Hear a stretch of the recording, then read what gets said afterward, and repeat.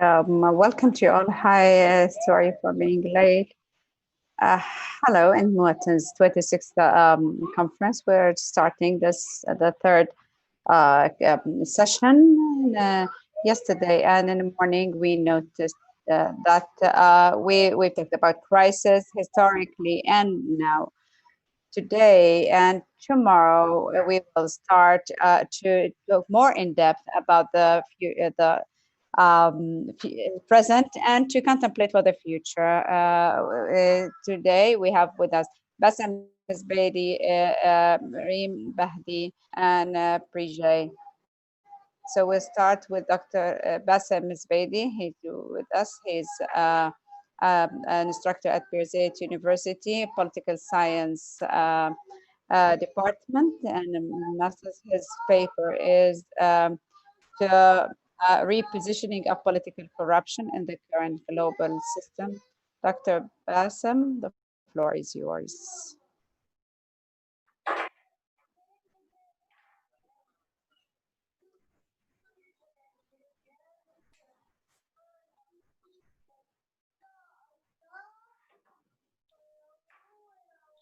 Thank you, Rana. The title is Repositioning of the Political Corruption, which is part of a major part that was drafted as part of a project on political corruption produced by Muwatin. And the project continues as being still built. In my intervention, I'll try to have the following argument, that politics is a wide major area and corruption there cannot be understood except from within, which means that political corruption is not part of corruption, but rather it is a part of politics. And understanding or describing political activity as corrupt does not mean corruption of all politics, but rather there is a fault that affects part of it. Nonetheless, in spite of that partial fault, politics has another part that you can pin hopes on when addressing corruption. Based on that, this intervention does not agree with the mainstream understanding adopted by the International Transparency, which considers political corruption as abuse of public position for personal gains, because this is incomplete definition as it reduces politics so much as it does not indicate itself. In addition, that this definition is the closest to political management than it is a definition for political corruption itself.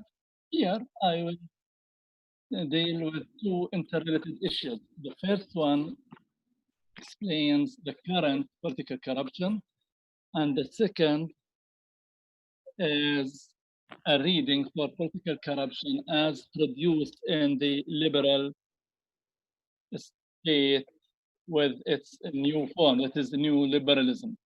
The first one of the modern positions on political corruption are the transformations that the world witnessed in the recent 4 decades since the end of the Cold War.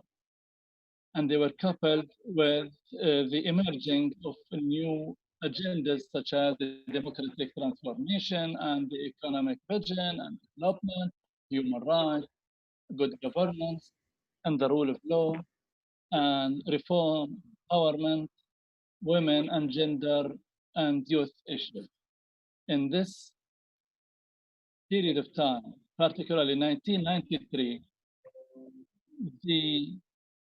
the Transparency International was established at the hands of people who worked in the World Bank, and their efforts were supported by major international companies such as Lexon, Shell, Walmart.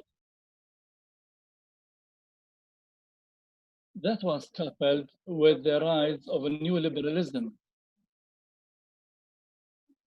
represented by Reaganism in America and Thatcherism in the UK. Many countries after that witnessed change, deep structural change in economy, state, and society.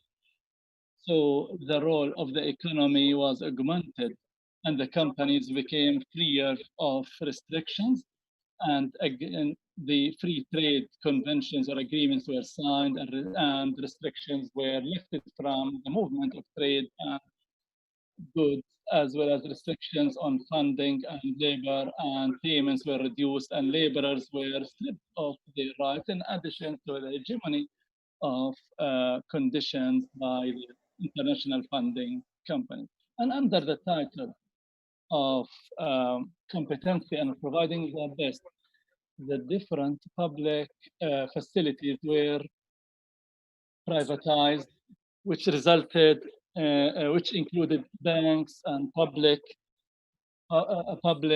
roads, schools, and as well as the public spending was reduced on education, health, and the safety network for the poor were reduced, in addition to spending on infrastructure. In addition, in line with that, the concept of public interest was replaced with another, which is the technical responsibility, which means that the state would give up its responsibility towards its citizens and to leave the vulnerable on the sidelines on the roadside. And these results that deepen the control of the market and the siege or limitation on the state, the role of the state, in addition to fanning wars and international conflicts and undermining the stability of different countries, including our Arab region.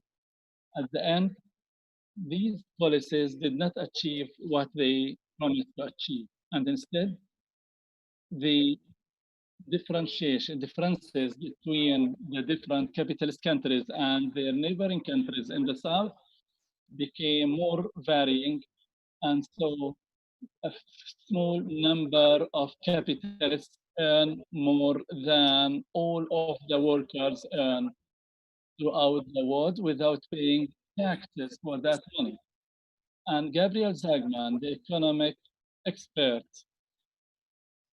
speaks about the money that goes to tax heaven by $7.6 trillion, saying that the richest 400 people in the world are the least committed to paying their tax.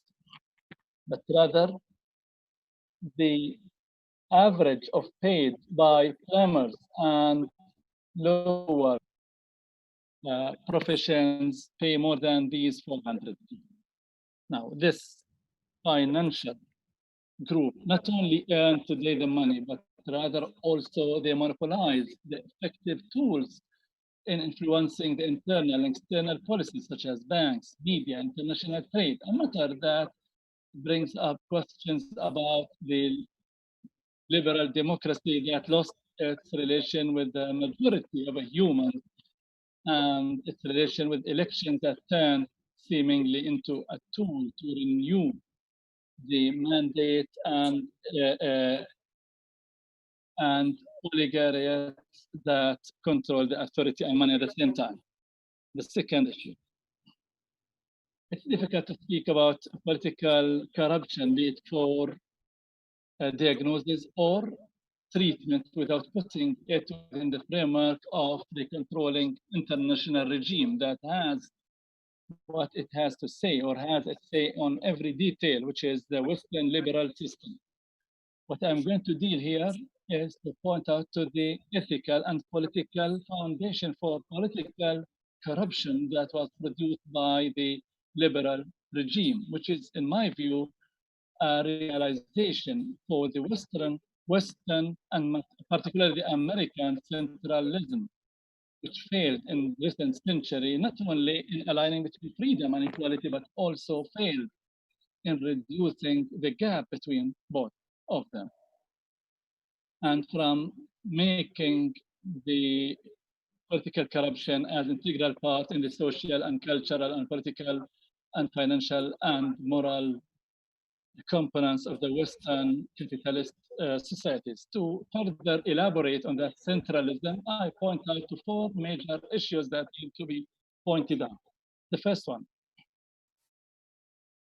the control or hegemony of the political model, which is the American model in particular. Maybe what most distinguishes the American political culture is the Americans' deep hate and resistance to changing their political model and the structure of their institution. This is attributed to the early days of the American experience when the founding fathers believed that they have created an excellent form, which is the most creative one, to build a free society that serves the noblest good for the humanity, which is the constitution draft, which they believe that it requires just few amendments whenever needed. And that before this vision for themselves, others find themselves, the other countries find themselves either before the alternative, either believe in this model or stay in their loss and matter. What draws our attention here is the clear acquitting of Americans to their institutions from the need to reform, believing that they are stable and they are immune to change. And this is clear, their view of acquitting them of change, in 2 points in the Constitution. The first one is the principle of fragmenting or separation of powers. And the second one is slowing politics. And these principles, compared to the founding fathers, is to immunize the society from politics, or immunizing politics from the society, if you wish, to keep it as limited, regulating affair from the people's uncontrolled whims, so that the constitution will be immune from the public and cannot, and amending it will be the business of the elite or from what crisis that might arise. And the amendment can be done usually through extremely complicated measures that only few skilled legal professional experts, because constitutions and its amendments are immune from the owners of the fund, such as the 3rd Amendment of the Constitution that was on September 6 in 1865, through which slavery was criminalized, not because it was not moral or ethical, but because of the wish of the northern states to give more space for industry instead of agriculture and to expand the market. Also, the hegemony or control of the market. Another side of the system where acquitting the system from amendment is the form, the regulating form to the market and the issue of ownership, and to refrain from criticizing it and to reject changing it even under the different crises that we saw in the year 2008 and the one that the world is witnessing. Although these crises leave a lot of destructive effects such as inequalities and the social inequalities, yet the system did not suggest any serious forms to address these inequalities and disparities if we simply, in spite of just a few calls for that. Although, and in spite of the importance of these events, such as increasing taxation to reduce inequality, but this remains marginalized thing because it does not touch the core of the fortune and the production details, which this fortune that is produced in real industries, different industries, but not the lychee owners of the money and the fund. As Vijay Prashad said yesterday, and Rajesh Tandon yesterday, this morning, who explained the difference between the actual producers of fortune and those who are parasites to that. Because when some countries at the beginning of the pandemic allowed only the necessary owners of professions, allowed them to retain that, this showed that there is no importance for the owners of investment companies or marketing companies, and show that the real producers are those working in health, education, and public transportation, and instilling medicine and food, and so forth. Nonetheless, that minority are still saying that they are the ones who are creating the fortune, no one else, and still argue that the role of the state should not go beyond research for the private sector, providing incentives and reducing tax, through which they believe that not only earning income, but also responding to the interest of the society for progress. Number 3, the private sector's control or theft or control over the public sector. The private sector consider themselves as saviors of others, saying that society cannot progress without them, and the dangers of this allegation that the society and the state are not competent and do not understand their interest without the support of that minority, which is the private sector, which is a parasite group that always depends on the support from the government. An example, as mentioned by Mariana Nazakota, about the major companies such as Apple, who receives great government support, where every piece, such as an iPhone, is produced by other researchers who receive their salaries from the government. And the same thing applies to other giants such as Google, who receive financial government resources to establish its search engine, and the MBR Elon Musk, whose 3 companies such as SpaceX and SolarCity receive government support with more than $5 billion of public funds. Same thing applies to research conducted by the international medicine companies or pharmaceutical companies to develop a vaccine for the COVID-19 virus, which is an extension to previous government research funded by the government in a way or the other with taxpayers' money, which makes the allegation of the companies for their exclusive right for the vaccine an allegation that is not accurate and lacks accuracy and ethical immunity. So the private sector depends a lot on the state, because the research for medicine starts from laboratories funded by the government and from universities that receive government support and taxpayers' money before they produce these products. And medicine companies such as Roche and Pfizer and others, their role does not go beyond buying the innovations of others and market them under new logos in order to divide the profit and to rebuy their shares to increase demand on them, and such increase their market value and their profits as well. In addition, also the private sector's interest in profit more than serving the public is very well noted.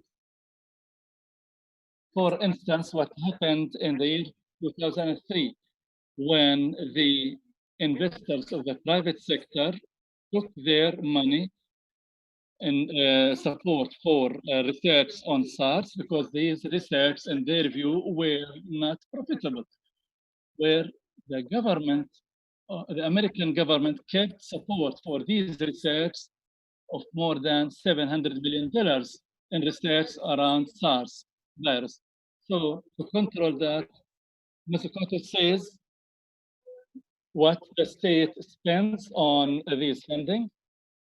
And the other one is that to adopt measures to stop smuggling billions of dollars to tax evasion havens. And so this suggestion remains extremely difficult to implement under the control of money owners. A matter that we noticed when the different obstacles are placed before the Labour candidate in Britain and Sanders in America to prevent them from challenging the one system, single system. Finally, the poor change program. This issue has several gaps because the challenge or the discussion around reform continues facing different issues that are structural issues facing the capitalist system and the augmented differences between different people's levels and classes and the poor developed productivity such as the firearms compared to the sector of medicine or food or public sector as the COVID-19 pandemic proved.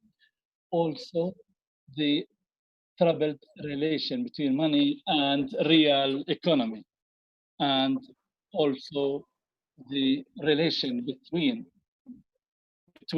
the cultural and ethnic sectors instead of connecting it with a direct responsibility that encourages holding others accountable in frameworks beyond the family and relatives, and or not aligning the different forms of practicing democracy and the non-response of democracy to the change except under crisis.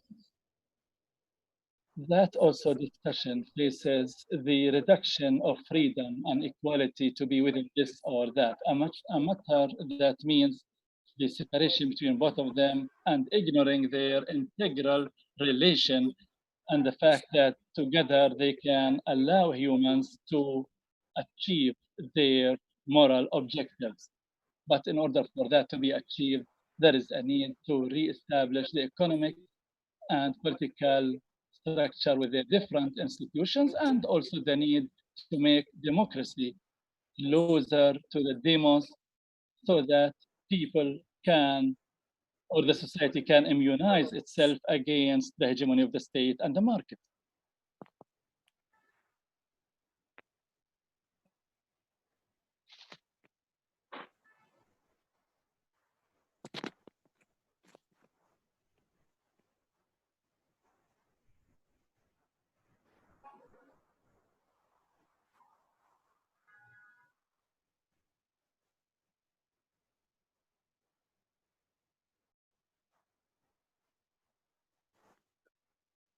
I believe here, I would like to end here. Thank you. Thank you very much, Dr. Basem. Okay, so now we presented the model, the American model of the new liberal, starting from the 80s of past century. So I believe there will be many questions concerning where, because of the demolition of that is apparent of the American model. So now we will move on to Dr. Reem Mahdi. Dr. Reem Mahdi is a law instructor at Wisner University and the law faculty. She focuses in her researches on justice and their social and geopolitical and national aspect. Dr. Reem, so will it's international solidarity possible across the redeemable divide. The floor is yours. The technology correctly? Okay, great, thank you. So thank you to the Muwatin team for inviting me today and for bringing us all together around this important conference. I'm going to stick fairly close to my notes because of the simultaneous translation. Let me start by speaking directly to the very intriguing title of this conference, When Will the Smile Return to Our World? For the smile to return to our world, or maybe for us to feel and see it for the first time, let's try to figure out why we're frowning. And I think the answer lies in part to defining who is the we.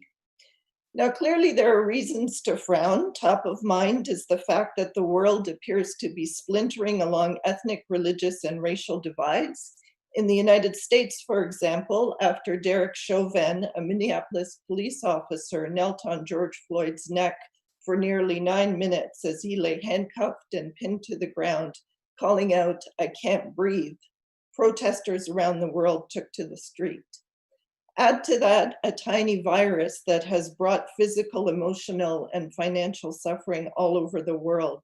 We've been told that to date, over 31 million COVID cases and almost 1 million deaths have been reported to the World Health Organization. Now, of course, social splintering and the virus are connected. First, as the United Nations Secretary General has noted, the COVID-19 pandemic has demonstrated the fragility of highly interconnected economies and social systems and the fragility of trust.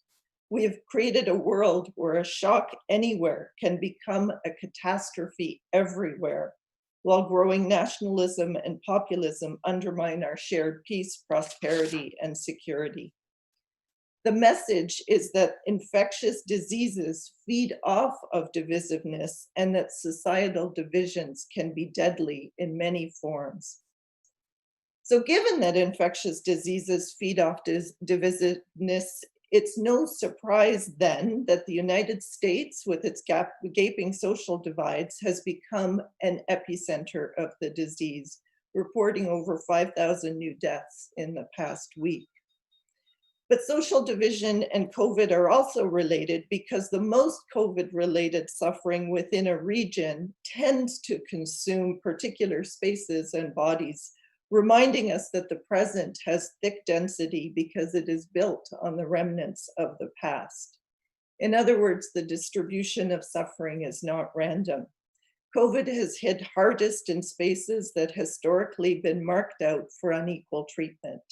These are the places that are least able to insulate and least able to respond.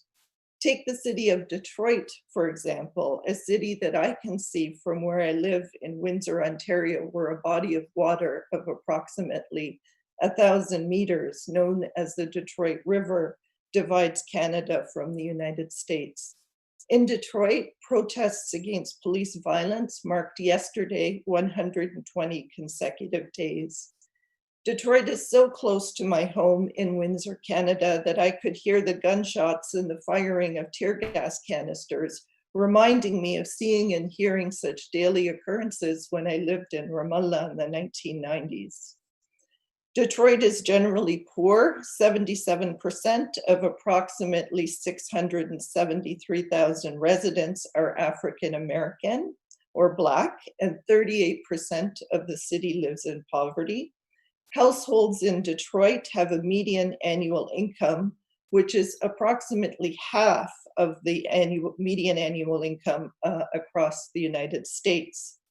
So of course, during COVID, these are precisely the people who either could not afford to take time off or who were deemed essential workers. They were the people running stores and services. They were the people living in areas where industrial pollution is dumped.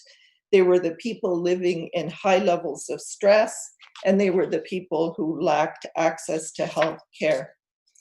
So their health was already compromised, and no wonder that Black populations disproportionately suffer in the US disproportionately suffered the most COVID-related deaths.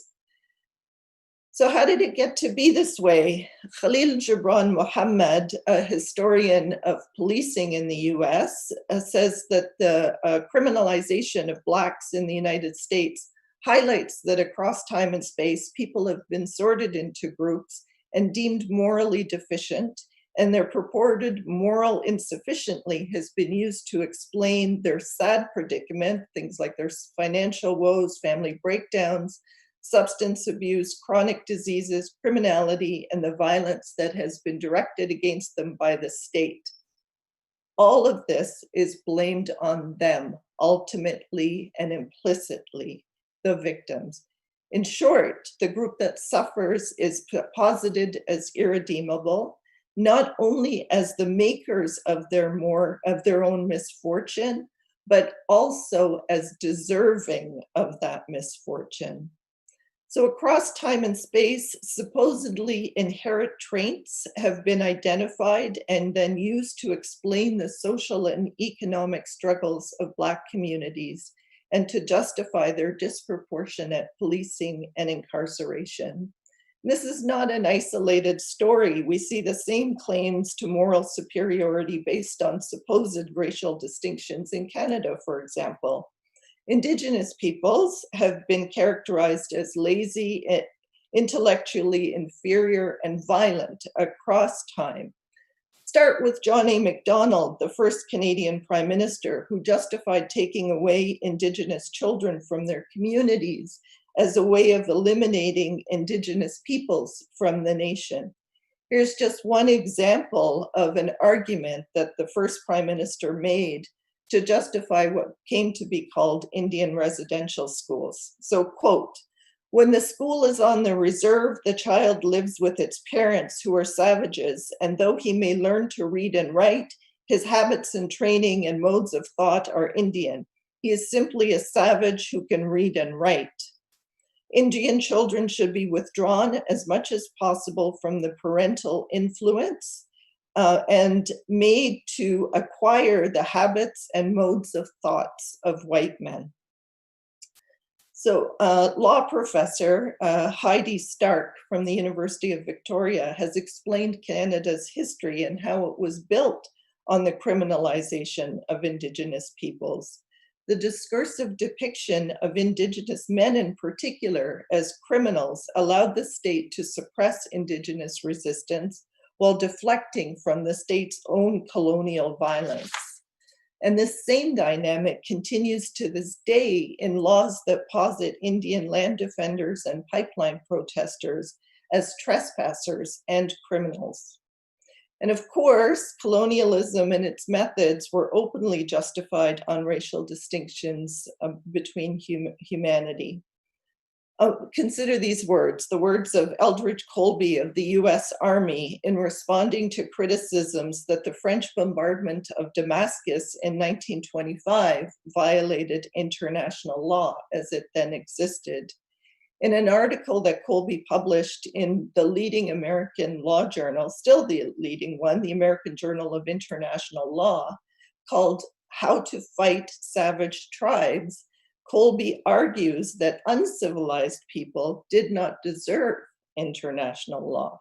And he says, quote, "It's good to be decent, it's good to use proper discretion, it's good to observe the decency of international law, but it is a fact that against uncivilized people who do not know international law and do not observe it, we should take advantage, and who would take advantage of those who did, there must be something else. The something else should not be a relaxation of all bonds of restraint, but it should be clear that this is a different kind of war, this which is waged against native tribes, than that which might be waged between advanced nations of civilized culture."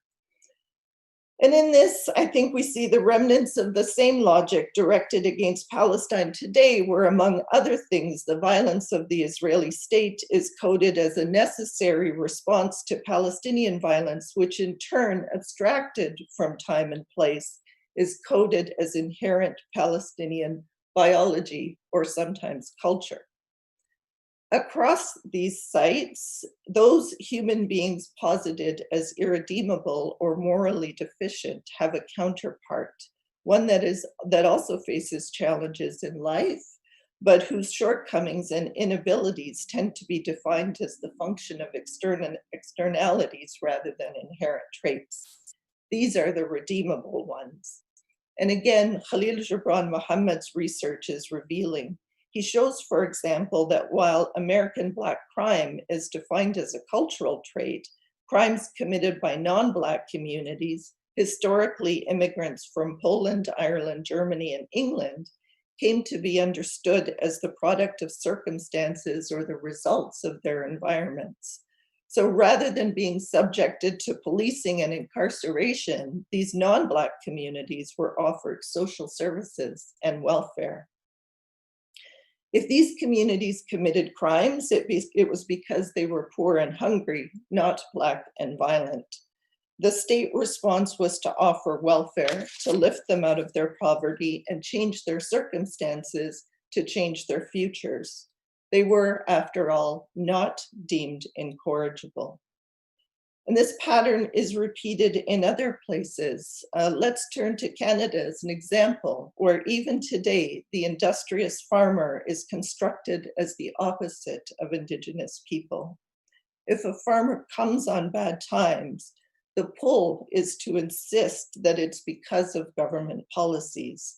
And if, as recently happened in the case of a farmer in Saskatchewan named Gerald Stanley, they shoot an Indigenous youth in the head, the dominant narrative told in political spaces and affirmed by the legal system is that they are afraid of being besieged by irredeemable Indigenous youth. So really, they had no choice. So societies sort according to codes that are entrenched in systems that render the codes invisible. And it's important to note that the codes are not absolute. Groups are never totally impermeable. Some members are found to be worthy or model participants in the sorting process, and they are sorted out or allowed to move out of their constructed groupings. But it's exactly this permeability that makes it possible to either deny or maintain the sorting process in the first place. Because it's not borders, the being kept out that defines the fix of any group. Rather, it's the possibility of select individuals escaping or getting out from their group's predicament that fixes the group, sustains the category, and renders invisible the artificiality and construction of the sorting. In the end, then, we see the results of racial sorting, and we have seen them now most drastically through COVID, but we tend not to see the means and modes behind the sorting process. So no wonder the world is not smiling.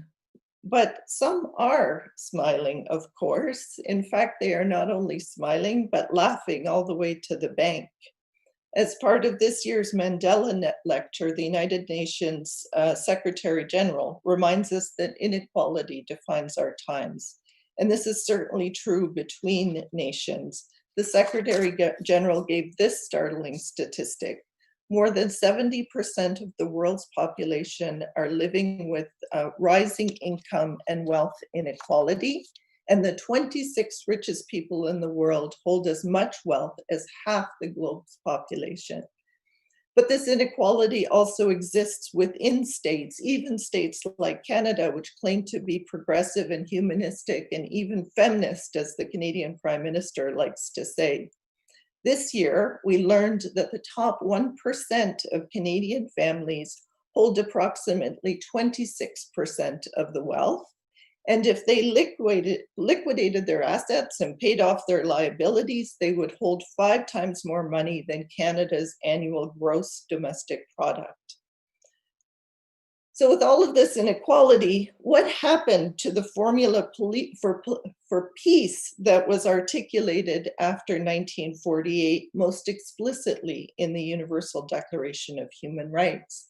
The Declaration, of course, links peace and human rights. So for example, in its preamble, it says, whereas recognition of the inherent dignity and of the equal and inalienable rights of all members of the human family is the foundation of freedom, justice, and peace in the world. Since then, of course, human rights have been divided into the civil and political versus those protecting social and economic rights. But I think more fundamentally, the formula for peace has changed. Peace is now understood as stability, and stability is to be achieved through surveillance, containment, and the military. And of course, all of these supposedly stability-promoting ventures put more money in the hands of the super rich. Well, what about the state that's supposed to legislate in the shadow of the social contract? Where are the laws that protect us from the rapacious whims of corporations and the super rich? Too often, they simply don't exist. So consider this example of a Canadian mining company called Nevsun Resources Limited. It operates a mine in Eritrea that extracts gold, copper, ore, and zinc. Recently, former workers have brought a class action or a litigation against Nevsun, saying that they and more than 1,000 of their colleagues had been conscripted through the Eritrean military service into forced labor to work for Nevsun mines. In short, they had become enslaved persons and worked under the threat of violent, cruel, and inhumane treatment. And the one clear lesson from this class action litigation is that there are no laws or legal systems that directly prevent such abuse, even though we think that these laws and systems do exist. There are, of course, so many other examples of large corporations and the super rich getting richer off the backs, literally and figuratively, of those who live precarious lives. The social contract has been broken, and the breach is so big that perhaps we don't even see it. But we can see instead our divisions of race, religion, and other aspects of claimed identity, the constructed divides. And by constructed, I don't mean by any means to suggest that the material and social realities of people do not differ or break down by racialized categories. I aim to make clear that they do in the first part of the paper. And by constructed, nor do I mean that we shouldn't speak of these racialized divides, because as Patricia Williams reminds us, we must speak of the divides so as to overcome them, but not to reify them. In the end, these divides are built and sustained by us, but they are smoke screens so that we pay less attention to the real reasons why we frown, the rising divides between those who have wealth and security and those who do not. In other words, we frown from trauma. And Williams explains that the literal definition of trauma is that which cannot be spoken. And the psychoanalytic definition of trauma is either that about which you cannot speak because it happens to you at an age before you have words to understand it, or that which knocks the words out of you because it's so brutal, and therefore you act it out over and over again. So the possibility of a collective global smile is a beautiful thing. Let's imagine that possibility. It's a possibility that requires more collective and sustained attention to where our sources of trauma reside. It's brutal, but let us not let it knock the words right out of us. Thank you. يعطيك العافية. شكرا دكتورة ريم. فتحت. Thanks, Rana. Okay, so we have opened a discussion within the national state and across the border. Now we move to the third and last presentation by Mr. Kwadwo. I'm sorry for mispronouncing your name, sir. He's a lecturer at the law school at Ghana University and a member of Today he will present a paper on forging African governance, human rights, identity in post-COVID world order. The floor is yours, sir.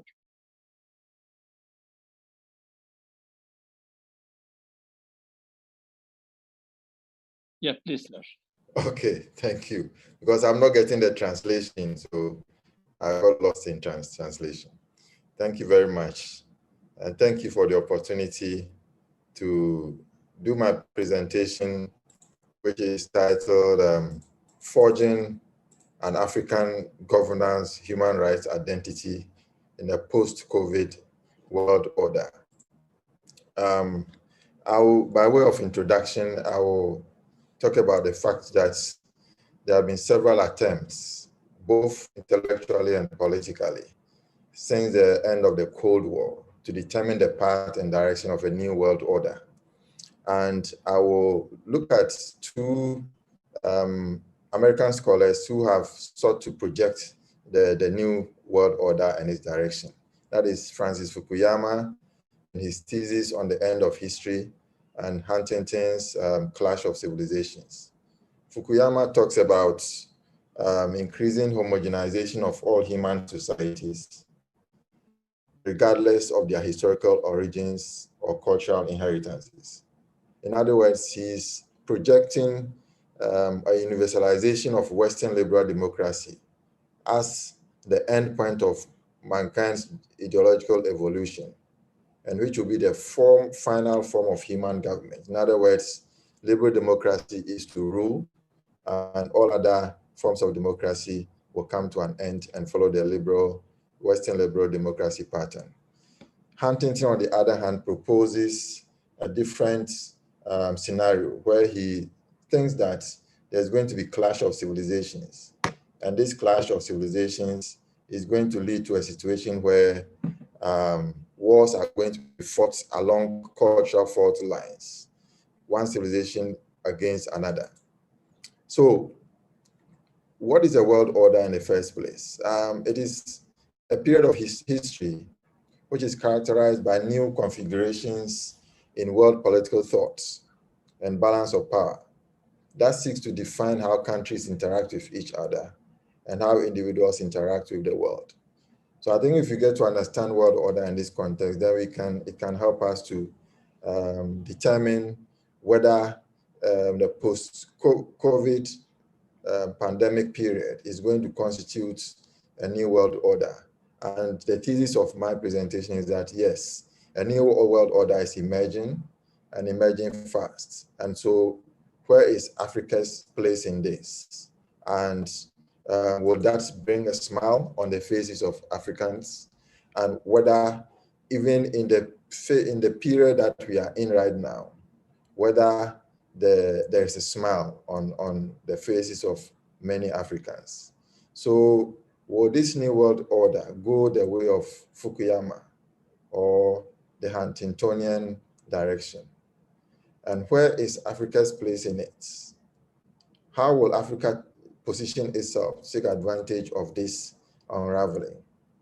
And these are some of the questions that this presentation will seek to answer. So the work digs into international relations and international law, as well as a bit of human rights law as well. And if you look at international relations theories, they generally position Africa as being at the margins of international relations. And even in Huntington's work, he talks about a number of civilizations. But when it came to Africa, he said, Africa's civilization is still coalescing because in his view, the continent lacks a sense of Pan-African identity. So this is a sort of negation of Africa's historicity. And it is not Huntington's original theory. Even prominent international relations scholars like Hans Morgenthau has said that Africa's place is a politically empty space in First World War for international relations. And consequently, African issues and those of the developing world are largely inconsequential in international relations. So it means that, going back to Huntington, there is global marginality and lack of agency in AR for Africa. However, that position has been countered by other scholars in international relations, such as Bayat, who argues that this whole Africa's marginality argument is a nonsense, and that Africa has never existed separately from world politics. This international relations position, or those tensions in international relations, is also the same when it comes to international law. And even in today's terms, a scholar like Malcolm Shaw argues that the foundations of international law, or the law of nations as it is understood today, lie firmly in the development of Western culture and political organizations. However, a true reflection of history will tell you that Africa developed its own concepts of international law, which was used as a basis for the Western countries to interact with Africa when they had to come to Africa to engage in trading activities and so on. So one scholar has indicated that there were common diplomatic practices within Africa, and these were used as a means to develop inter-African relations or inter-ethnic, kingdom and inter-state relations within African states, which in today's world, in international law, we can refer to it as regional customary international law. So Africa's international relations practices in the pre-colonial period and immediate colonial period were informed by recognition and respect for human dignity, which was founded on human rights and respect for the democratic culture. So that fact cannot be disputed. And on that note, I want to move on to, I will definitely want to skip the colonial period and so on and come to the post-colonial period, which will bring us down to the contention we are faced with, or the answer I want to find, whether or what will be Africa's place in a new world order post-COVID. So political science scholars on constitution making in Africa has identified 3 generations of constitution making in Africa. The first period is what we had when, after independence, the departing colonialists negotiated with the nationalist leaders to develop liberal constitutions, which was to, among others, meant to or designed to protect the overall economic and strategic interests of the departing colonialists. So in the end, it led to what we call neocolonialism, where you have achieved political independence, but economically you are not. Now, within these constitutions, we had elements of constitutionalism, civil rights and liberties, multi-party democracy, and some traditional forms of democracy. But within a space of 3-4 years after independence, most of these African countries have one of their own. Ghana was the first to start with. So either the constitution is amended or replaced, and that led us to the second generation of constitution making. Unfortunately, the idea was that African leaders wanted Africa to go back to its African civilization and resort to Africa's democratic principles and human rights traditions. But that wasn't the case, because in the end, a concept was developed called African socialism, which led to personal dictatorships, military regimes, one-party authoritarian systems, or some combination of these. There were imperial presidency, where presidents were appointed presidents for life. Political dissent was criminalized. Neo-patrimonialism reared its ugly head almost everywhere on the continent. And so here we have if you look at it from the point of view of the relationship between rights and development, you can say that human rights was seen as a stumbling block to development, and therefore there was no space for that in this agenda. Now, in the in the context of this development, where we have personal political leadership being personalized, it didn't help in the development of international relations for Africa, because the leaders' attitudes, personal attitudes, choices, and decisions became the drivers of policy and change. And so this framework didn't support or didn't help Africa to develop a common platform for its international relations interests in the world. And so for that matter, you can give some credence to the argument that it led to Africa's marginality and lack of agency in international relations. If we expected anything to change, it didn't happen in the OAU, that is the Organization of African Unity, which came into being in 1963 as a regional body representing African states. Because one principle, the principle of non-interference in the internal affairs of member states, was held as sacrosanct, which therefore meant that the organization was not allowed to be able to interfere in the internal affairs of other states. But this was critical to move the union from coexistence to cooperation. And this is only possible if states who join an international organization would cede part of their sovereignty to that international organization. However, that was not the case with the OAU. And so it did not rise above its members to be a distinct body with its own will to make decisions for the members, but rather it became subjected to the will of the members. So that was one major reason for the failure of the OAU and its replacement by the AU, that is the African Union, in 2002. And so we became an agency-less victim of great power manipulations, which threw the continent to the margins of international relations, because we became pawns in the Cold War chess game between the US and the Soviet Union. One would have expected that the AU would change things, and that led us to the third generation of constitution making. When the AU came to place in 2002, it was partly initiated on the basis of Thabo Mbeki, one of South Africa's post-apartheid presidents. His concept of African Renaissance. African Renaissance was founded, among others, on social cohesion, democracy, economic rebuilding, and growth. And most importantly, for the sake of our discussion, the establishment of Africa as a significant player in geopolitical affairs. However, the AU is still struggling in a number of ways, and time will not allow me to go into the details, but I will mention just one or two, which we may find relevant for the sake of our discussion. In terms of the democracy reports, we now have only 7 countries in Africa, sub-Saharan Africa, that are in the category of free states. And these are lowest since 1991.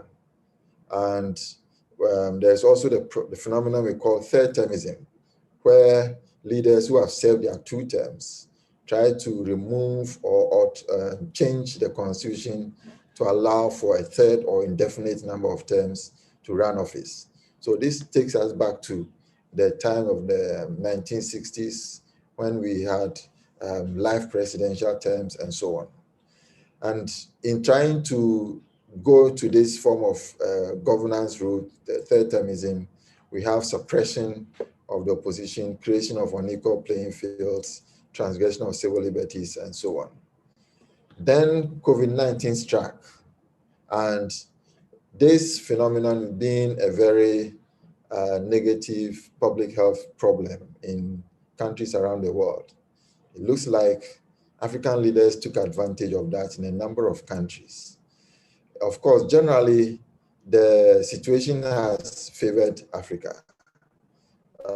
Cumulatively, as of this morning, there are 1.1 million cases, and then death, it's about 24,000. In the particular case of Ghana, as of yesterday, we had about 50 confirmed cases, but in case of active cases, less than 1,000. So 50,000 or so, by 1,000 active cases. So it means about 50,000 or less than, slightly less than 50,000 have been discharged. And the death rate is about 300. However, in terms of measures, policies, laws put into effect to deal with the pandemic, we have one of the harshest. And in a blog that I submitted submission to, we have a situation where even though in every African country there are emergency laws in its constitutions, in a number of countries these emergency laws were passed, including my own country, Ghana. They were bypassed, and the constitutional provisions were not applied, and international legal principles that should regulate emergency situations, what laws to derogate from, or I mean, what rights to derogate from, what rights to keep, were not respected in a number of ways. And therefore, by bypassing the constitutional provisions, it made it difficult to ensure that Parliament will monitor compliance with these laws and policies. And therefore, in a number of countries, the police officers, security personnel had a free day, violating rights in a number of ways. Some also benefited from artificial intelligence to deal with monitoring compliance and to help the medical personnel. But there's a fear that some of these will be weaponized and used against the citizenry in a post-Cold War era. Because in a country like Ghana, the law that was made to as an emergency law doesn't have a sunshine clause. So it means it can apply for as long as the government wishes it to apply. And so there's that fear that there'll be fetishization of an uncritical reliance on artificial intelligence to be weaponized and to be used against the people. Now, we are talking about a new world order, and we are also talking about the possibility of war emerging. And this war that is the war, next likely war in the context of a clash of civilizations. Others see it as a resource-based war, but I'm seeing it as a human security war, a war against the rich by the downtrodden and marginalized. And the COVID statistics in Africa may confirm that. For example, in general, Oxfam has indicated that 121 million people will be pushed to the brink of starvation this year alone, and therefore this number there'll be more deaths resulting from hunger than from the COVID itself. And in World Bank has also predicted that 40 to 60 million people will go into extreme poverty, majority from sub-Saharan Africa. Opportunities to seek refuge outside the countries are limited because of the closed borders, and internal displacement is growing, and this will become fertile ground for agitation and consequently maybe radicalization and so on. Now, in terms of the COVID world order that is being predicted, it is likely to be between the US and China, or the allies of China. You talked about Russia, for example, and many are predicting that it is going to be a situation where US global leadership will be in retreat and it will unravel. And the decline is not cyclical but permanent, according to Cooley and Nixon. Then Ikenberry also argues that the international order built and led by the US and its partners is in crisis. And so we see China, on the other hand, being in pole positioning itself. As of now, we see that China is one of the countries that has best managed to overcome the pandemic, even though it's not completely over. And it has developed the attitude to contest US hegemony and construct alternative orders. So Ikenberry again says Washington is settling in for a protracted struggle for dominance with China, Russia, and other rival powers. And this will create some problems. And in the end, we see a situation where Another scholar talks about Cold World War II or Cold War II erupting between US and China. And within this context, we see both the US and China trying to court Africa to its side again. Pompeo, for example, has made promises to help Africa in the COVID period. But China seems to have made more expansive and detailed attractions to Africa. Cancellation of interest-free loans, making the first vaccination from China available to Africa, building hospitals, and so on. So the question then is, will Africa try to steer off these two emerging power confrontations and develop its own alternative, or what? From the look of things, Africa seems to have developed some strategies that is largely on paper. For example, African Union has the Agenda 2063. And if you read through the documentation, it talks about Africa projecting itself, for example, as the 21st century, as Africa's century, Africa to transform into a global powerhouse, Africa to become a dynamic force in the international arena, blah, blah, blah. But in terms of the practicalities, in terms of what measures to be put in place to arrive at these targets, we don't see much. And concluding my presentation, I'll suggest some alternatives that can help Africa to get to where the Agenda 2063 is projecting it. There should be alternatives to democracy and human rights. There should be cultural relativization, not westernization or having a breed of either going China or going America. Africa should stand on its own and to be able to develop some form of agency that it has the power to develop that agency in international relations. For example, Timothy Shaw says that 1/4 of the world's states are African, and Africa can contribute to international relations theory and practice as the North enters a period of ambivalence and begins to retreat from positive global engagement. So this development can be positive for African agency and development, if only the continent can seize the unprecedented space to advance its own developmental states and regionalisms. And it calls for democratization of the African Union itself, so that it will gain greater legitimacy in the eyes of African peoples. And it will be able to engage in what I call multifaceted agency, where we harness the creativity and innovativeness of the continent's non-state actors to allow the extension of more African agency, so that the democratization of the AU will call for sharing of the actors that can promote international relations for the betterment or better positioning of the continent in a post-COVID period. And it also calls for democratization within the member states themselves, because if the AU cannot democratize, if the member states don't do so internally, and doing so will create more opportunities for citizens of African countries to be also involved in a form of effective agency compared to authoritarian rules where the personal ideas and attitudes of African leaders determine its foreign policy. So Africa has the tendency and the ability in a post-COVID world order to acquire soft power. In the words of Neer, soft power is founded on 3 elements: the cultural elements, the political values, and the foreign policy content.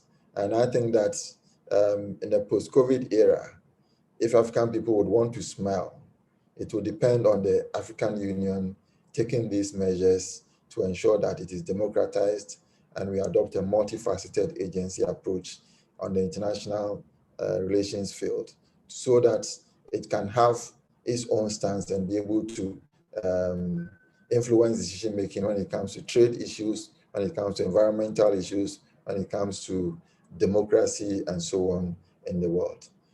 Thank you very much for the opportunity to do my presentation. I'm done. يعطيك العافية، يعطيكم كلكم العافية. هلا بدنا نفتح المجال للأسئلة. في بعض الملاحظات مني وأسئلة. Comments and questions that I will pose, and then there are a few questions that we've just received. Please, I'd like to remind you that through YouTube and Facebook, please send us your questions, and we will try to present them and ask them, present them to the speakers.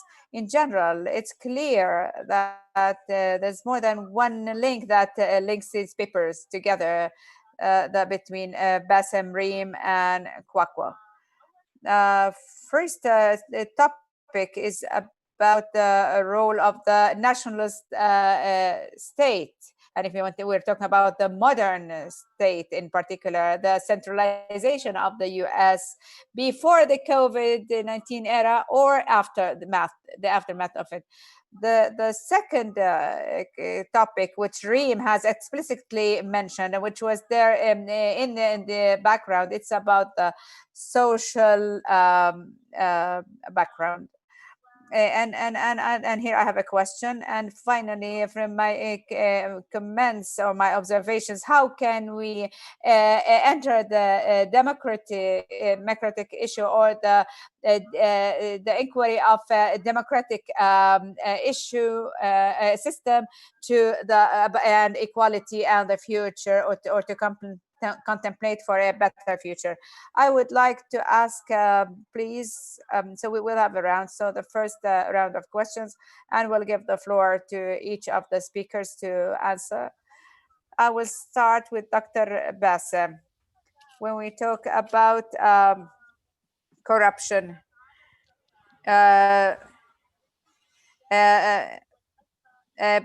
concerning this COVID, this is a new crisis.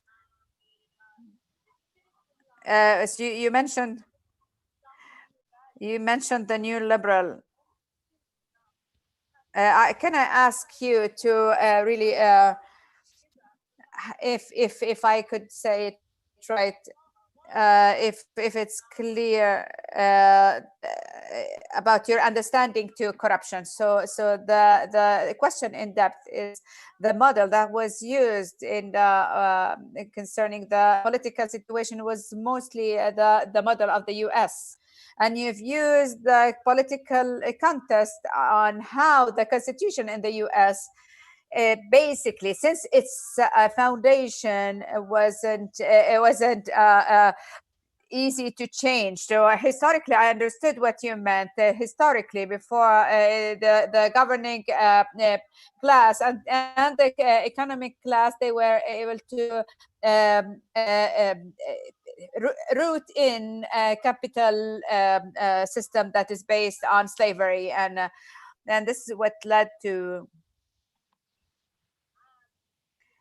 the public against the private, and the individual ownership, and so on. So the question now, the crisis of the citizenship, as you mentioned it, how can we understand the case where the US really is in, since it's an elections year, and if and those who are not citizens, at least those who are living in the US, there are many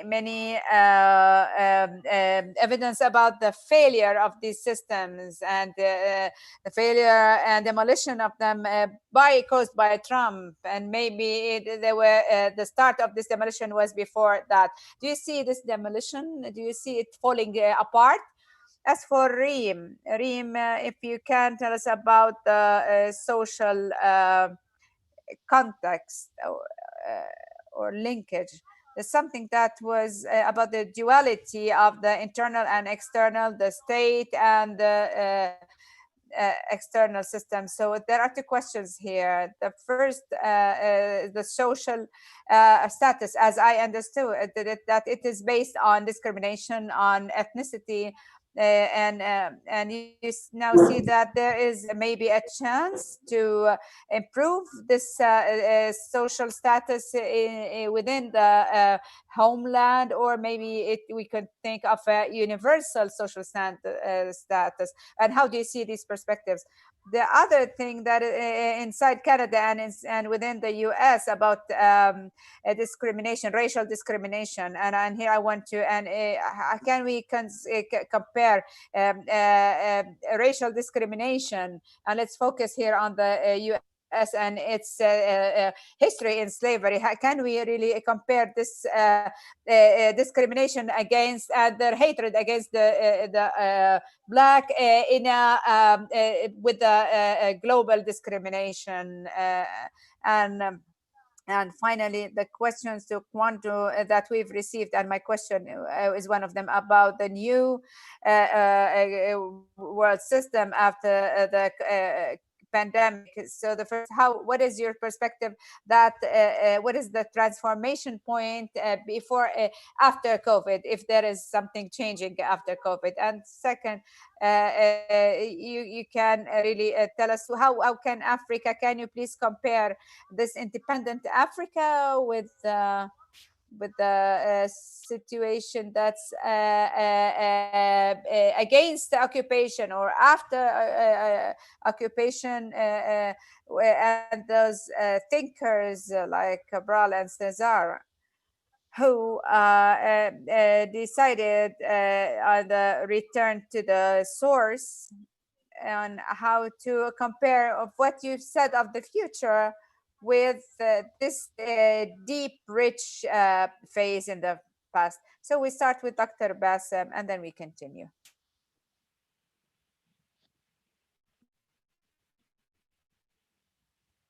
Am I here? Maybe these are mostly comments more than questions. But what I can say here is that my intervention is an attempt to delve more into the depth of the reasons, the content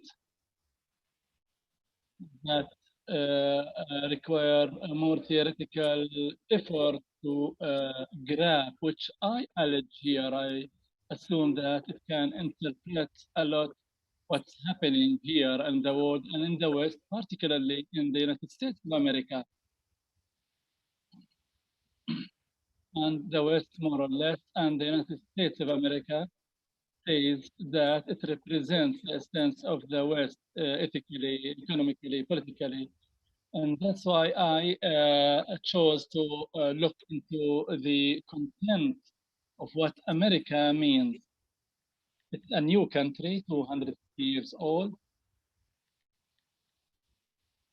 And the Constitution regulates the life of the country. I tried to shed light that since the very first moment, how much there is tendency and structural tendency and political and interest to a certain form of life. It's more of oligarchy ones. It's more of an oligarchy, a number of, or a group of people who take the liberal form with its superficial form of democracy as a form of producing legitimacy for the regime. That's why the current crisis became revealing to the world crisis. This is not the first. Many crises, in fact, that America faced and revealed a major part of the of how fragile the American strategic readiness. And let me just shed light. Since 70 years, America felt that the world is not, or the world needed to be punished, and they carried the stick and started chasing them. And do we have a success story? No. And even the regime in America, there is some fatigue by the elite in America because of that great focus on violence, on military expansion, on greed, on killing. there is a gap between America and the world. And now it's clear that before this human catastrophe, there is a decline, but rather there is a sort of American dishonesty in dealing with this crisis, sometimes by politicizing it, sometimes accusing China of being behind the virus. But this does not hide the fact that internally America is not ready to save the world or even to save its 250 million Americans. This explains the large number of fatalities in America.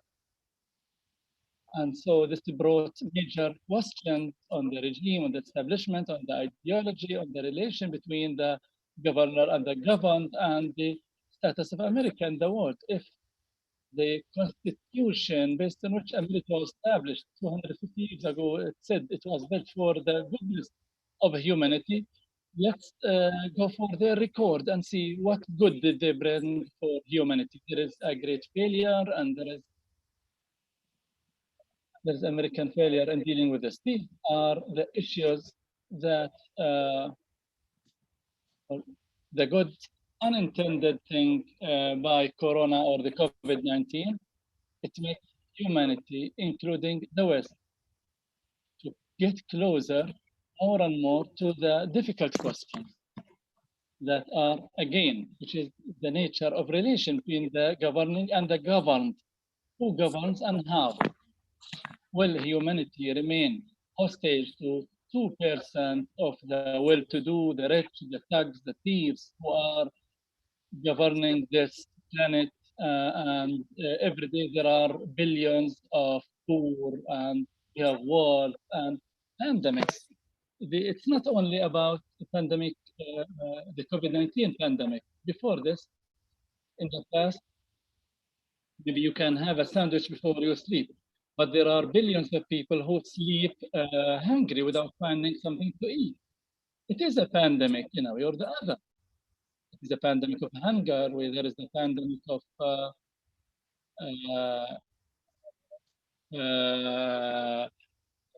global warming, environment, wars, and the rift between the North and South. So it's not only the tools, it is the ascension or reproduction of an ideology that is very ugly, as what is happening in the United States of America. Look at the elections, the two parties. If the Democrat wants to be better, you will discover that it is worse. If you want to to see the achievements since Bill Clinton to Joe Biden, you'll find then that they are more siding with the right wing more than Reagan and George Bush, meaning that this strength that can bring change from within, which is the Democratic Party, I think they are gradually going towards the right side and to the right wing. And this explains that within the Democratic Party, there is conflict between different groups. We saw Sanders, and maybe after some time, there will be a major part about this. But will this party continue as it is, or maybe it will turn into something different? All these transformations are major signs for the disintegration or instability of the establishment. Several questions are out there, and we need questions, and we need answers, and the answers will come from everywhere, not only from America, because America is not the only place that has from New York. America is the world. America is Apple. America is Microsoft. America is the American culture.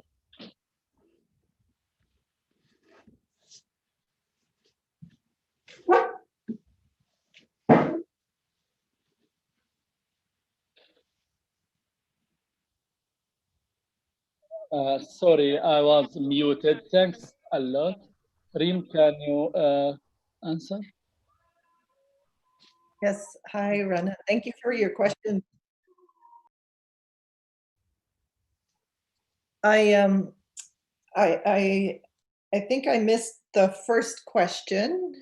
So let me start with the second, and maybe in doing that, I might also answer the first.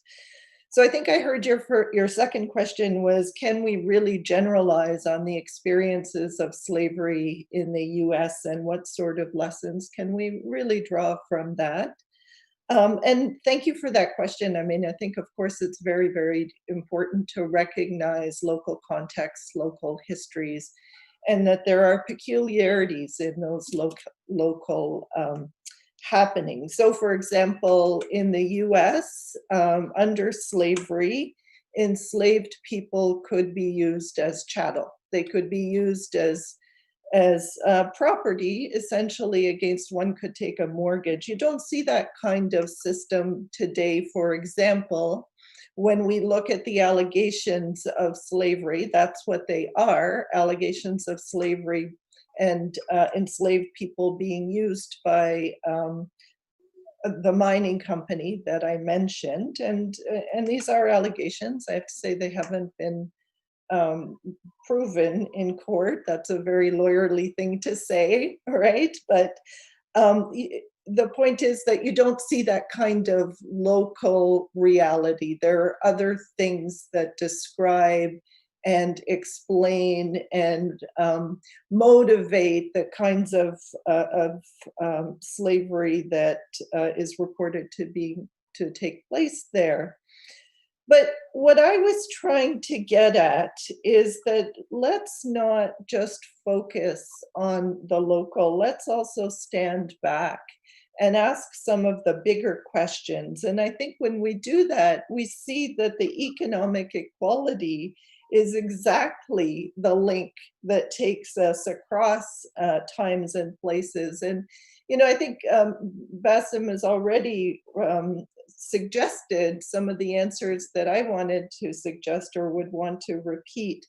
When we stand back and ask the bigger picture about what's the relationship between government and governed, for whom is power exercised and how, and what kind of ideology is underneath these material relations, we start to see some of the same questions. In economic systems serving a very small minority with the supposed equal worth of all people, not having very much, if any, resonance across contexts, and an ideology of neo-capitalism that basically says profit over people. And so I think it's important in these times, as we ask the big questions, like the world, you know, the whole world smiling, that we stand back and we say, okay, what exactly are the questions that we need to ask for ourselves? And then I think, Rana, your first question, sorry, you broke up a little bit for me, was something about, can we improve the social status? It was about the social contract. I was asking about the social contract historically, and if there's a vision that you imagine for a social contract to actually be a global one that's not connected to a nation state. Yeah, that's a good question, and I don't think I have a full answer for you. But I guess when I heard the question as I originally heard it, a couple of things came to my mind, and maybe I'll just put them on the table, acknowledging it doesn't fully answer your question. I think the answer to the question is the answer we're all craving, right? But so there are, I mean, yes, okay, so people have come out into the streets and we're starting to see, at least in small localized ways, expressions of solidarity across groupings and identities. But against that as well, we're also seeing, I think, two other things. And these are two things that dictators always use to control. And the first is the sowing of distrust. And I mean, we see that in so many ways. So for example, the protesters in Detroit, the response now from government officials is that they've been infiltrated by the Russians and by the Chinese. And so, the idea, the suggestion is, without actually saying it, is that these people really don't have a stake in the system and they're being controlled by the outside. And so therefore they should be feared, right? Feared by the people who are standing right next to them. So the sowing of distrust. And then of course the other thing is fear. And there was something I really didn't talk very much about. I just briefly mentioned it, and that is the rise of surveillance and the rise of surveillance technologies, both as an instrument of fear and as an instrument of distrust, but of course as an instrument of control. Boy, that's a really depressing way to end that response. So yes, I'll end it there, and hopefully I'll think of something more positive before we close. Thanks. Great. Kwadwo, do you want to respond? You're muted. Sorry, thank you. So if I understood the question correctly, there is one question about the COVID, and there's another one relating to Africa's rich cultural past, which has not been used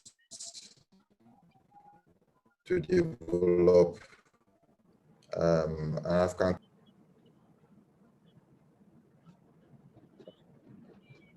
Can I proceed? Okay. Okay, so with respect to the COVID-19 situation, what the little background research I did revealed is that African states, looking at the fact that the pandemic has not been as serious and caused much havoc as it has done to other countries, the approach should have been less rigorous. And this is, if we were to go by our human rights, regional human rights instrument, for example, it is one regional human rights system that does not recognize derogations. Derogations are rights which a state is allowed to suspend from during periods of emergency.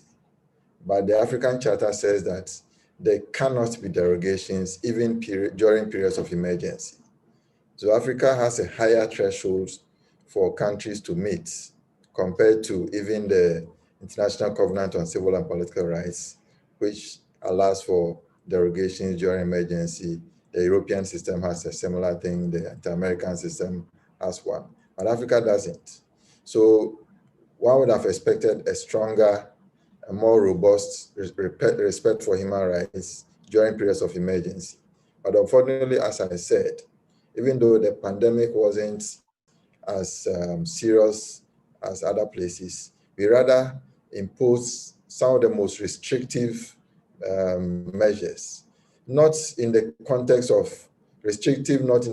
of helping to control the pandemic, but in terms of violating human rights without the element of proportionality or necessity or legality even attached to it. And so that is what is problematic about how most African states, of course not all, countries like the Gambia, Botswana, and others, even Kenya, resorted to their constitutional mechanisms to deal with the situation. And so in general, apart from governments enacting legislation that violated the constitution and emergency legislation. The security forces also violated the rights when trying to enforce these policy measures. Okay. Now, regarding Africa's cultural past and what it can give to Africa today, some are of the view that what is past, and we live in a different environment altogether, different mechanisms in place, technology has advanced in so many ways, therefore you cannot go to one's past. But that is very contradictory to what we mean by adopting one's culture as the basis for development, and that is recognized by the UN and other bodies, including the African Union itself. And so it is about taking the best from the past and building it into what is present to make it work. And there may be some of these elements which may sound undemocratic, but when we say undemocratic, it is based on what we mean by what is democratic.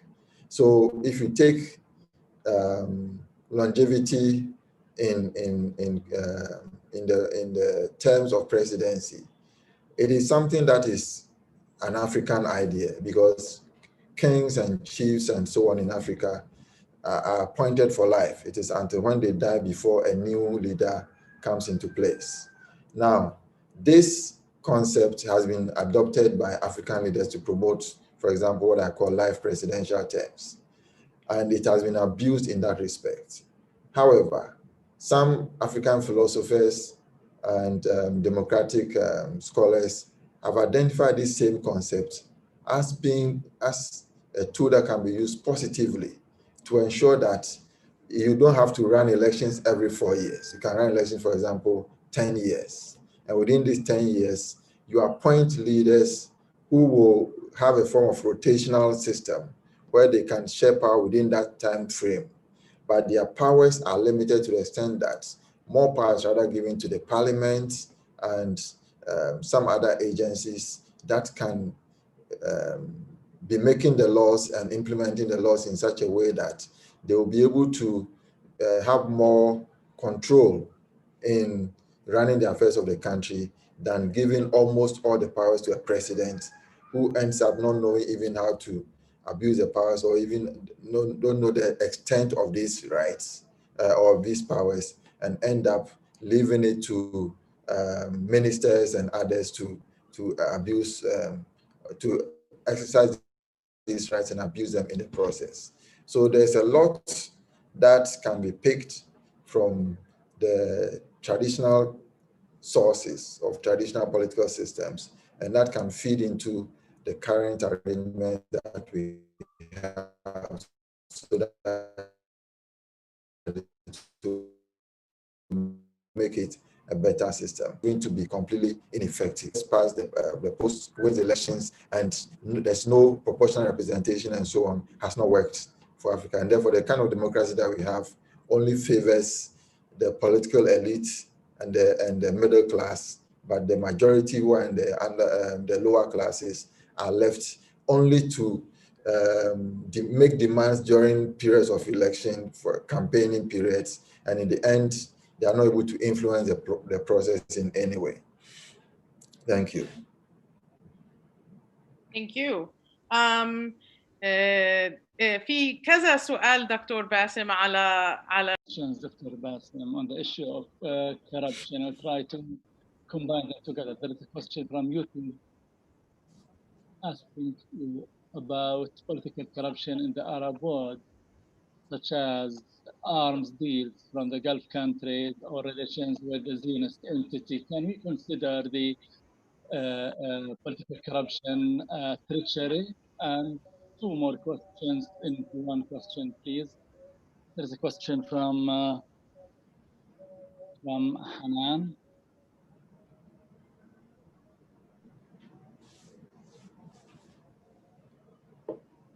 Since you defined the concept of political corruption as a new rational definition, how can we take this categorization and apply it to Palestine? It would be useful to point out with some tools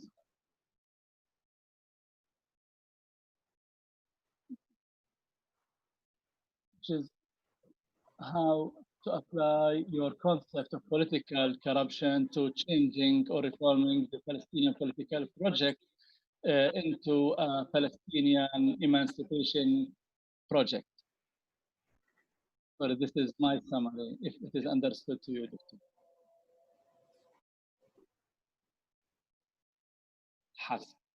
Thank you. Difficult question. I spoke about conceptual and theoretical issues with the West. Yes, those who made the questions, they have the right to ask, where do we stand here? We mean here 3 levels. As people facing the West, let's call ourselves as South, the Arabs, the Palestinians, but we are not alone as Palestinians, and that's it, or Arabs, and that's it. We are part of a larger sphere, and it's important to notice this so that we can analyze. So, yes, we're considering this equation where we pay high prices for corruption with its international levels and excess with the policies of Western colonialism, as I mentioned, and as victims to regional or local agents. We have agents for oppression, agents for exclusion, authoritarian agents for covering up the crime. And what we saw in the last 2 or 3 weeks with the Gulf countries and their treachery treason to the Palestinian cause is a manifestation for this partnership, which in a way are forms for or practical forms for a revelation for corrupt structures that are in control of people's life, in particular, where there are laws and economic systems. These regimes have never shown us what they have as legitimacy to rule. We have rulers who only represent themselves and their ability to use force and oppression. And we have the problem of absence of representation. And there's always a big question on legitimacy, and this applies to Palestine. Anywhere in the world, wherever there is someone who says that they own the fact and the correct public policy that people take, then this will be part of exclusion and necessarily to have corruption, because simply corruption, very simply put, is neglecting and overcoming public will. People, they have wishes, they have demands, they have rights, and these rights cannot be delegated to others. Why should anyone on my behalf speak? And why do I have to speak on your behalf while you can speak for yourselves, considering the tools that you have?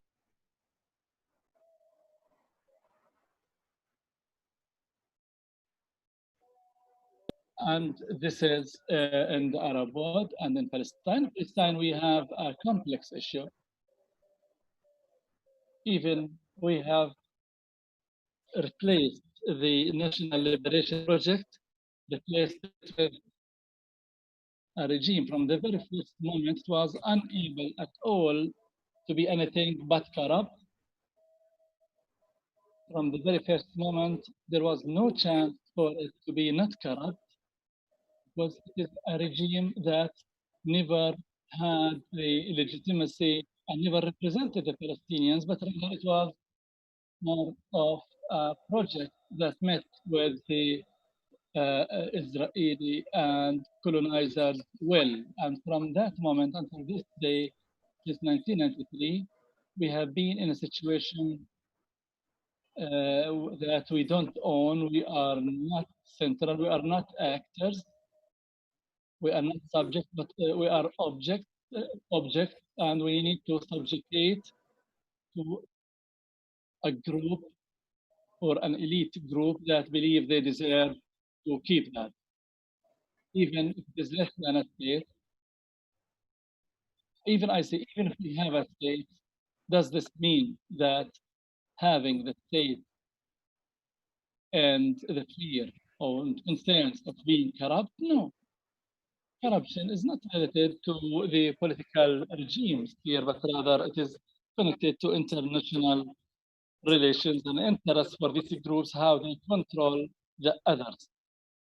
If it is clear here in Palestine, before the state, we have a high standard level of corruption before the state. The question is, how will the situation be after we have a state? I assume if the state is going to come away from people, where people don't have their fingerprints on the features of this state, then naturally we need to expect higher levels of corruption, and then the difference will not be there between an occupying state and the corrupted state. Thank you. Thank you. There are questions for Reem, and Basem spoke about it. We can speak about the American Empire and the last stage or before last stage. There is a question about post-modernity. Can we use it or to continue using it in post-modernity after Corona?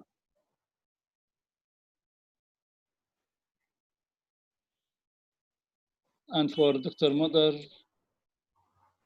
you don't have to depend on my translation. If the world regime, if we have a world regime for, can this be at the national state level or at the international level? In addition, Reem, on the issue of hope, will give you a space to speak about hope, because we spoke how peace was translated now into stability. Do you see that there is a space to retranslate the term peace to something else other than stability, which is the stability of the ruling regime? Yours.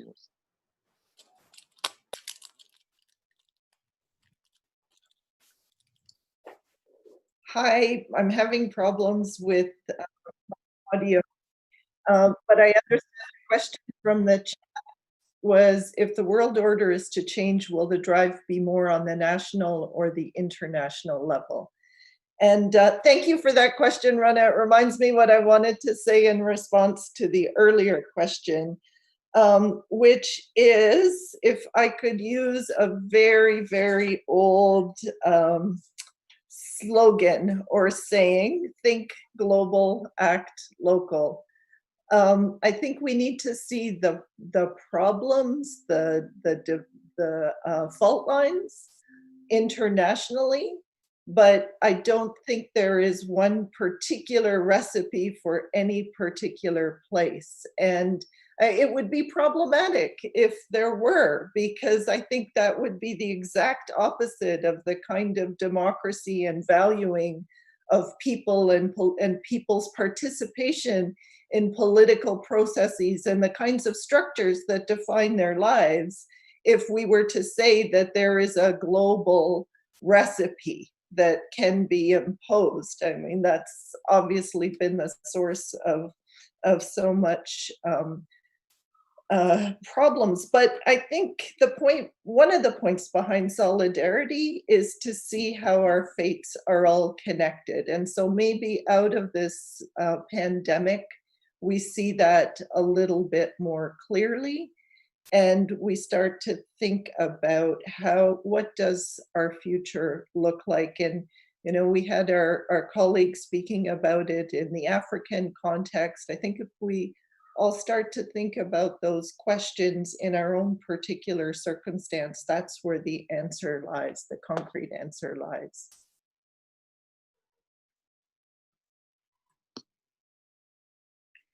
Okay, Mumtaz. Very much. Thank you very much, Reem. And سأرجع لك بعد قليل. I have a question to Kwadwo, Reem, about solidarity. Do you think after the aftermath of COVID-19 or through within the COVID-19 pandemic and crisis, do you think there's a chance of solidarity within Europe, the European continent, or between states, the South Global or the Third World? So solidarity could be being optimistic about the fall down of the universal system caused by COVID-19. So you're muted.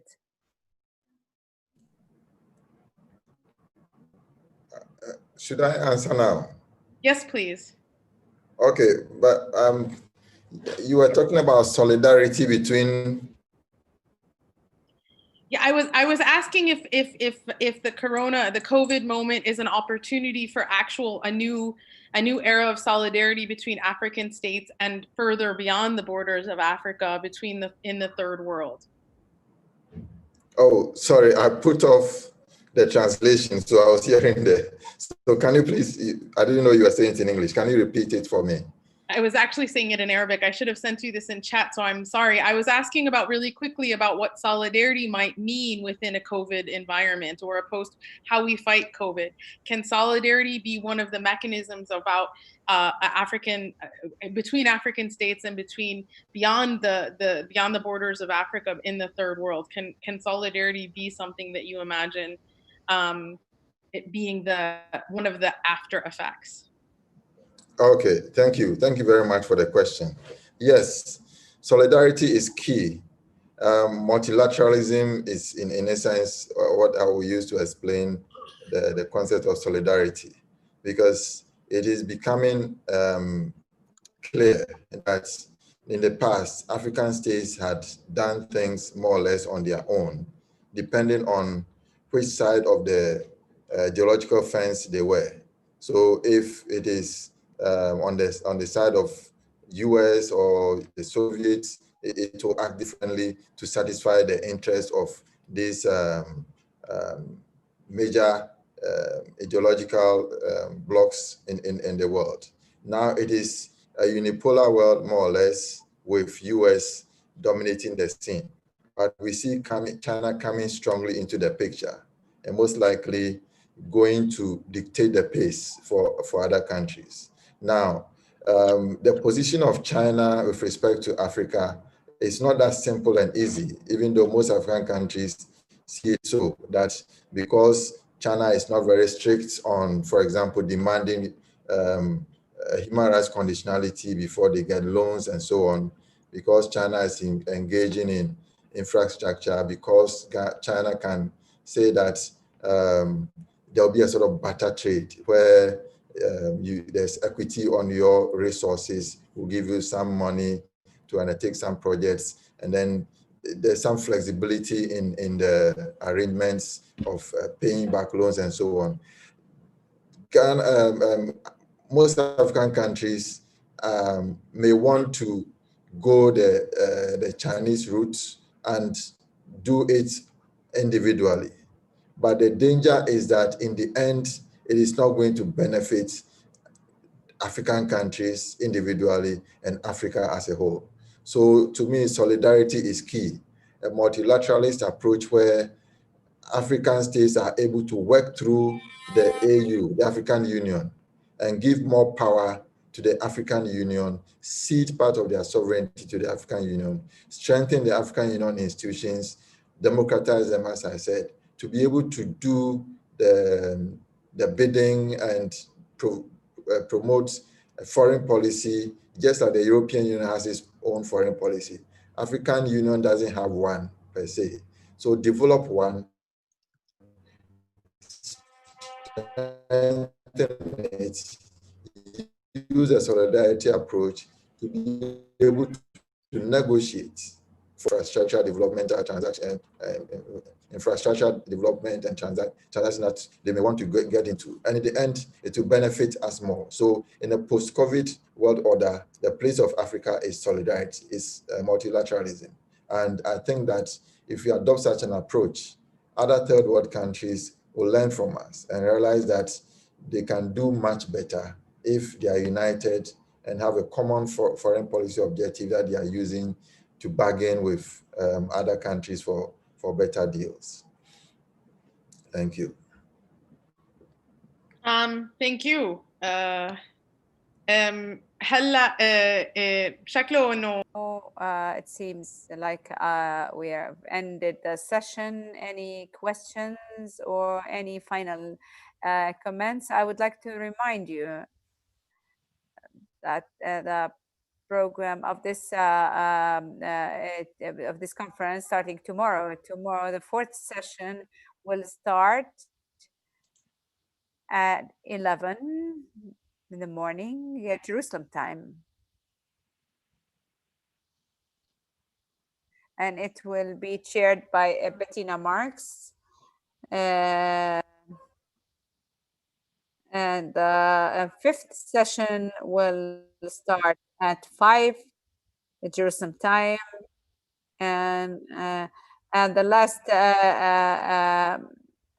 and in the fifth session, Gilbert Ashkar and Dr. George Akaman. The fourth, it will be headed by Bettina Marx, Sami Khatib, Aitam Manna, and Adam Haniya. And the keynote at 6:15 will be by Samuel Mon, and then the conclusion of the conference at 7. Thank you very much for being with us today, and thank you, Dr. Basem, Dr. Reem, Mr. Kwadwo.